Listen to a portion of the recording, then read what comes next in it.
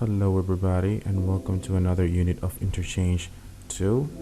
Today we're going to talk about unit 15 and we're going to talk about regrets and discuss imaginary situations and difficult situations.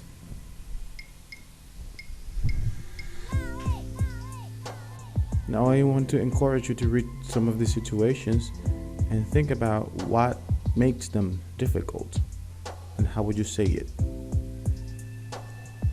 You can pause the video if you want it and take your time. Now look at these examples of imaginary situations and the possible consequences. Now notice that you can say, if I found. This is in simple past, but it doesn't mean that the situation is in past. It just means that it's an imaginary situation. So if I found $40,000 and then I can express the possible consequences using would, could, or might, and then a verb. For example, I would keep it, I would return it, I wouldn't return it, I could buy a new car, I might go to the police. These are possible situations, possible consequences of an imaginary situation.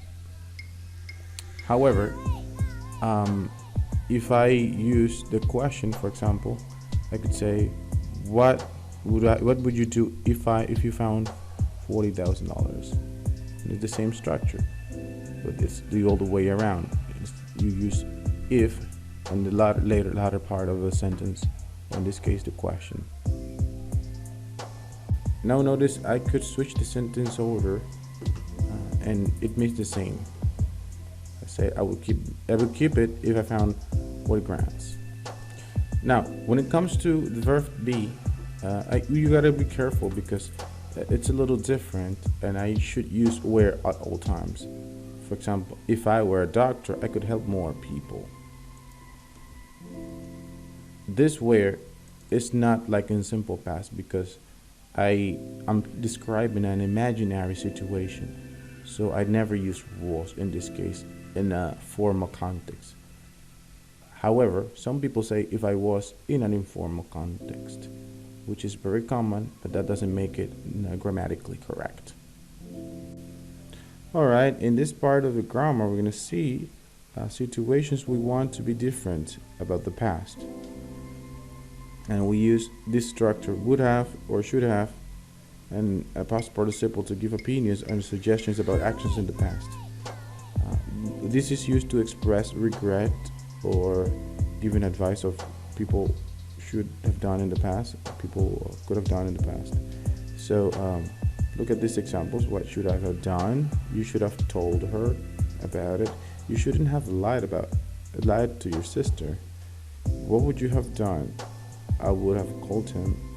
I wouldn't have texted him. Now, when you say should, it's like giving someone advice on what is the right thing to do.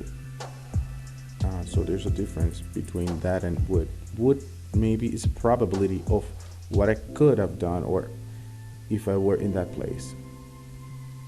So though they look very similar, they mean very different things.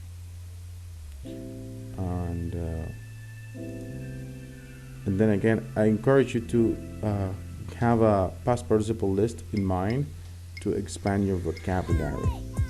Be also careful with regular verbs because they're the same, and try to memorize as many as you can so you can expand your vocabulary. So this is it for now, and see you next time. Peace.